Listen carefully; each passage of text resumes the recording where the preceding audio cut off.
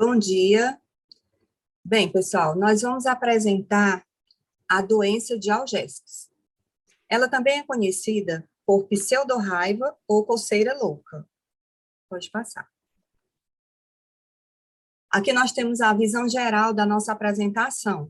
Vai começar pelo organismo, o impacto econômico, epizootiologia, a transmissão, sinais clínicos, diagnóstico e tratamento, prevenção e controle. Pode passar.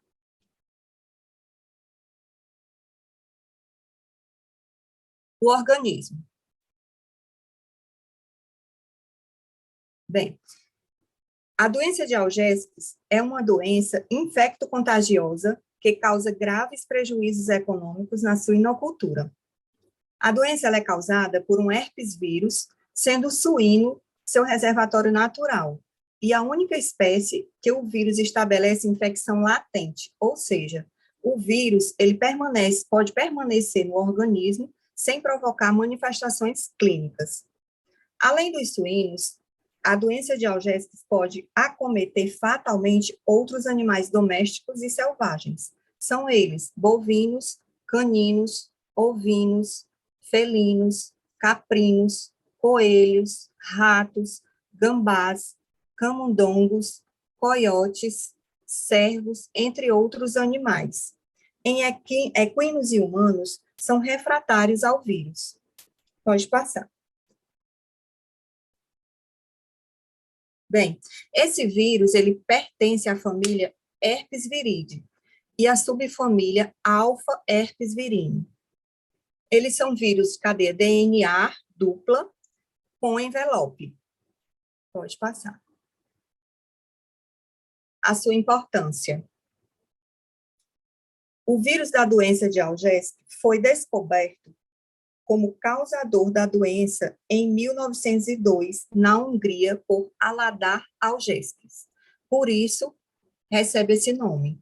É uma doença de ocorrência mundial e foi diagnosticada pela primeira vez no Brasil desde 1912. Em regiões de suinocultura com áreas de elevada densidade de criações, o problema dessa doença é bem mais grave. Passo a palavra agora para a minha colega Sami, que ela vai informar sobre o impacto econômico. Bom, sobre o impacto econômico, essa doença ela vai ser considerada como uma das enfermidades que traz o maior impacto na suinocultura, porque ela vai afetar várias etapas na produção daqueles suínos, né? Então, esses danos, eles vão estar ligados à prevalência daquela doença, os custos em tratamentos em prevenção, a redução na produtividade daquele rebanho. Outro ponto que eu poderia citar é que essa enfermidade apresenta infecções latentes, né, que vai ser aquele período em que o vírus permanece no organismo daquele animal, mas não provoca qualquer manifestação clínica, né, que vai trazer, assim, um desafio maior para erradicar aquela doença. Porque já que não é possível saber qual animal está infectado, ele vai transitar por toda aquela granja e vai carregar aquele vírus, fazendo com que ocorra aquela disseminação. Então, é extremamente necessário que o desenvolvimento de medidas de monitoramento para diagnóstico e controle sejam feitas, né? Sobre as restrições comerciais e a perda do mercado de reprodutores. Essa doença ela vai se tornar responsável por grandes perdas diretas e indiretas na suinocultura industrial, porque esse rebanho que é infectado, ele é proibido por lei de vender qualquer suíno para reprodução, né? Mesmo que esse animal não apresente qualquer sinal da doença. E, por último, em relação à perda nas exportações de carne, por conta dessa enfermidade, essa exportação vai se tornar uma barreira, né? Porque em vários países, como a União Europeia, a Ásia, a América do Norte, entre outros, eles estão empenhados em um programa para erradicar essa doença, porque eles sabem o prejuízo que essa doença pode causar na forma econômica, e assim faz com que se torne mais difícil a exportação. Agora eu vou passar a fala para a Vitória. Bom, gente, vou falar um pouquinho sobre a epizootiologia, né? A doença de Algésias, ela é uma doença de distribuição mundial, né? Como já foi falado, e no Brasil ela foi identificada a primeira vez no ano de 1912. em relação ao projeto, né, que a Sam falou recentemente, né, devido justamente a esses problemas de exportação na carne, naquela época que houve esses problemas, né, existia uma concentração, né, desses casos no estado de Santa Catarina. E de lá, né, foi originado um plano, né, um projeto de erradicação no ano de 2001 e 2004, né, durante esse período, e ele serviu de modelo para os outros estados brasileiros, né. Não só, também tiveram associações, né, do PNSS, que é o projeto, né, o Programa Nacional de Sanidade Suídia, eles elaboraram um plano de contingência, né, no combate mesmo e a erradicação da doença, juntamente ali com a Embrapa. E a morbidade, a mortalidade dessa doença, né, a morbidade, ela pode atingir até 100%, né, 100% em rebanhos de suínos domésticos, causando até 20% de aborto nas fêmeas. E um detalhe é que os suínos selvagens, eles não desenvolvem os sinais clínicos da doença, podendo assim eles serem, né, fonte de transmissão, porque eles não desenvolvem esses sinais clínicos. E a mortalidade, ela pode chegar até 100%, né, para animais jovens, não só os suínos, mas para os animais infectados. E aqui, para os leitões recém-nascidos, é uma doença podendo chegar a ser realmente fatal, porque ela pode levar a óbito rapidamente, né? Até 50% dos leitões, né? Até uma semana de vida é um período muito crítico para esses animais. E os leitões ali maiorzinhos, né? Leitões desmamados, eles podem já são um pouquinho mais resistentes, de 5 a 10%, né? Essa taxa de mortalidade. E também ela é sempre fatal em outros animais, né? Outras espécies. Então, assim, esse convívio, né? Não só os suínos, mas também o convívio com outras espécies pode ser realmente perigoso. E agora eu passo a palavra, né, para a transmissão.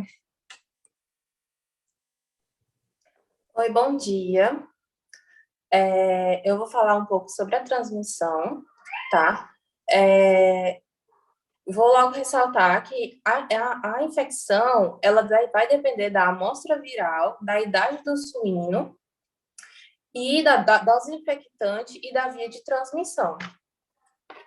É importante ressaltar também que os suínos, eles são os hospedeiros naturais e reservatórios. E depois que há a infecção inicial no rebanho, todos os outros suínos, eles podem ser infectados.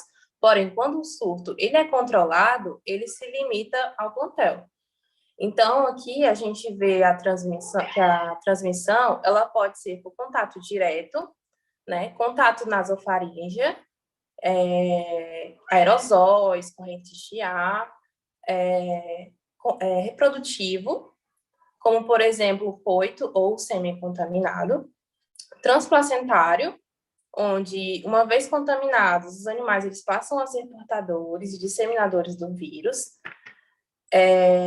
através dos fomites também, que são os vetores passivos, e o vírus ele persiste até 7 horas, podendo viajar até 2 quilômetros. Isso é um grande problema para as outras propriedades próximas, onde aumenta a disseminação desse vírus.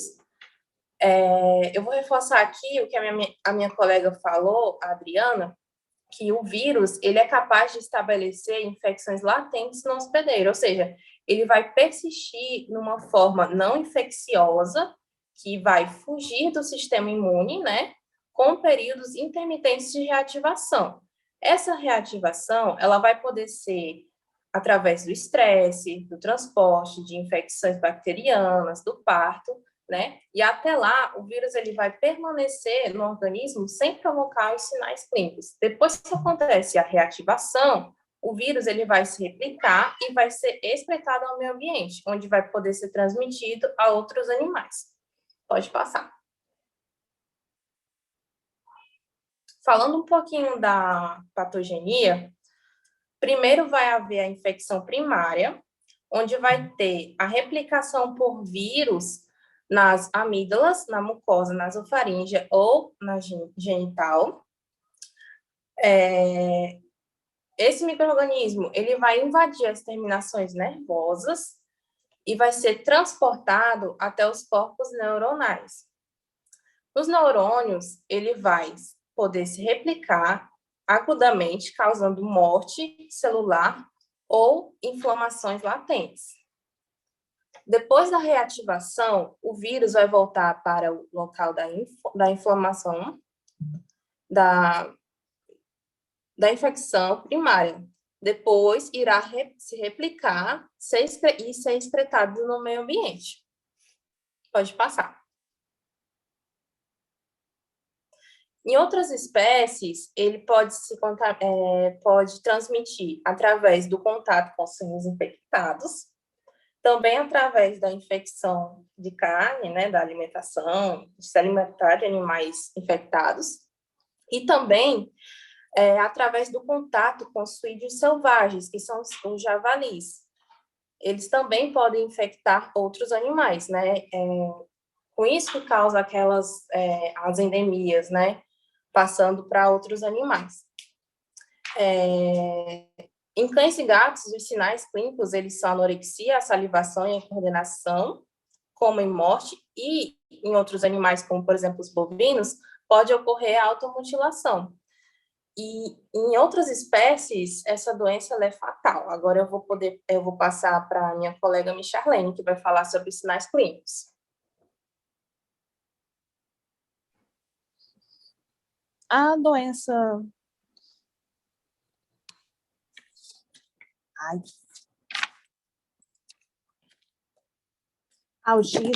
A doença de Algísque em suíno apresenta-se em 3 formas: nervosa, combinada e reprodutiva. Os sinais clínicos variam de acordo com a idade dos suínos afetados. Os suínos têm um período de incubação entre 2 a 6 dias. Os leitões de até 1 semana de idade apresentam, que no caso que está na forma nervosa, né, a forma nervosa que acomete os leitões até a fase de creche, eles apresentam febre, apatia, anorexia, a parte neurológica, né, os tremores, as convulsões, a paralisia da perna posterior. Há uma alta mortalidade dentro de 24 a 36 horas.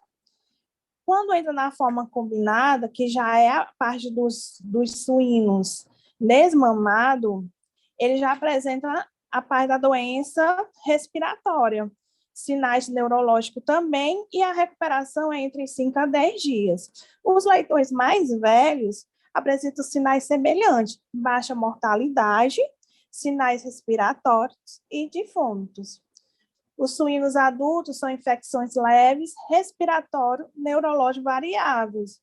E a forma reprodutiva, ela comete suínos adultos sobre a forma de febre, apatia, constipação intestinal, abortamento, repetição de cio e aumento das taxas de natimortos e feto mumificado, que são exatamente os problemas reprodutivos. Os porcos ferozes. Aí, outros sinais. Em bovinos e ovelhas, apresentam, que no caso, os sinais neurológicos: prurito intenso, lambendo, esfregando, roendo, acontece o quê? Uma automutilação. Nos cães e gatos, são semelhantes a bovinos e bovinos.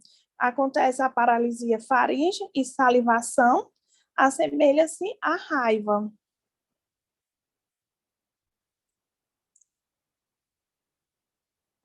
As lesões que são encontradas pós-morte, né, são a rinite serosa ou fibrinonecrótica, visível se a cabeça dividida e a cavidade nasal aberta. Edema pulmonar, congestão, consolidação, pneumonia bacteriana secundária, nódulos linfáticos congestionados e hemorrágicos, e necrose. Neurológica, na parte encontrada, são meningoencefalite não supurativa, manguito perivascular mononuclear, necrose neuronal, meninges espessadas respiratória, que no caso aqui está dividindo as 3 partes, as 3 formas, né, que são encontradas, na parte neurológica, a respiratória e a reprodutiva, né? A necrose central da glândula focal do fígado, do baço, do linfonodo adrenais. Edema, congestão e hemorragia nas porções da medula espinhal que inervam as áreas de prurido. Infiltração celular e degeneração. O diagnóstico. Durante o surto agudo da doença ou durante a reativação viral da latência, pode-se suspeitar da doença pela presença dos sinais clínicos característicos e do aparecimento de lesões detectadas durante a necrópsia. Apesar do vírus da doença não causar alterações macroscópicas típicas, os achados de necrópsia encontrados são as congestão das meninges, o aumento do volume do líquido, cefalorraquidiano, hemorragias, né, congestão ou focos de necrose nas amígdalas. Aí nos suínos encontramos as poliencefalomielite suína, a peste suína clássica ou africana, infecções por encefalomielite, megaglutinante, meningiocefalite, estreptocócica, no caso, tudo inflamação, né, doença do encéfalo, da meninge, a influenza suína, erisipela, infecção pelo vírus, Nipah, intoxicação por sal ou orgânica, a espécies diferentes de suíno, enquanto-se a raiva e a sucata em ovinos.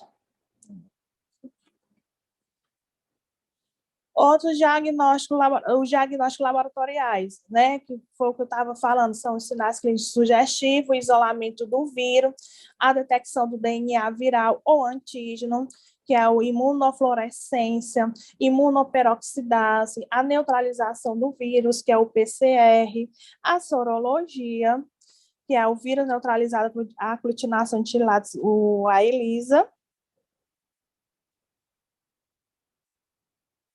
que ele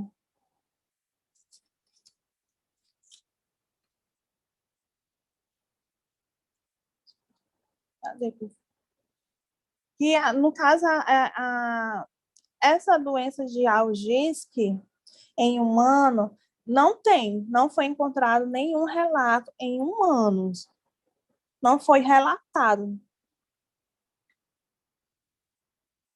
Eu passo a palavra para Sâmia. Gente, eu vou falar um pouco sobre profilaxia e controle, tá? As 3 medidas que podem ser tomadas é erradicação do vírus das criações, vacinação e certificação sanitária oficial MAPA. Lembrando que ela é uma doença de notificação obrigatória. Pode passar. Na quarentena e desinfecção, nós teremos isolar e testar, tá? Que, né, na região endêmica, inclui isolamento e teste de novos animais, antes de serem incluídos em uma granja, e assim exigindo medidas de biossegurança. Aí, nas medidas de biossegurança, que são tomadas, a evitar, tá, a entrada de objetos, pessoas, animais circulantes, incluindo roedores e pássaros contaminados. Propriedades infectadas, elas devem passar por quarentena também, tá? Para prevenir a transmissão para outros animais. Na desinfecção, esse vírus, ele é suscetível a compostos de amônia quaternária, fenóis, hidróxido de sódio a 2%, hipoclorito de sódio, iodo e outros desinfetantes. Pode ser também inativado pela luz solar, tá? Secagem em altas temperaturas, porém, quanto tempo ele permanece viável, ele é influenciado pelas condições específicas de matéria orgânica. No teste de remoção, nessa estratégia, os lotes eles são criados e testados mensalmente, removendo todos os animais, né, que são positivos no teste. O único problema é que essa técnica ela funciona melhor quando há prevalência baixa de infecção. não sendo eficaz quando há detecção de animais na infecção latente. Na segregação de proles, o rebanho ele é vacinado e leitões desmamados eles são removidos e criados em outro local até a fase adulta. Esses suínos eles são testados periodicamente e qualquer animal positivo é removido. E o rebanho original ele é eventualmente despovoado e substituído por animais livres da doença. No despovoamento e repovoamento, são técnicas mais drásticas. As baias, elas são limpas, desinfectadas e ficam sem animais durante 28 a 30 dias. Pode passar. Na vacinação, a vacina ela pode auxiliar no controle da doença, porém, ela deve ser parte de um controle de enfermidade. As vacinas, atualmente, elas que estão disponíveis, elas protegem os suínos dos sinais clínicos, elas diminuem a disseminação do vírus, mas ela não fornece imunidade completa, tá? Ou previne infecções latentes. As vacinas, elas atenuadas, inativadas e com marcadores de genes deletadas, elas estão disponíveis. Só que as vacinas de genes deletadas, elas permitem que os suínos vacinados que são infectados, eles sejam detectados. Uma observação é que algumas das vacinas disponíveis atualmente, elas são ineficientes contra o tipo de cepa que emergiram na China desde 2011. Tá? E essas vacinas contra essa cepa, ela ainda está em desenvolvimento. E a viabilidade de vacinas orais em suínos silvestres de javali, elas já estão sendo investigadas. Pode passar. Bom, no tratamento, não há tratamento específico, né? A terapia é de suporte para aliviar os sinais clínicos.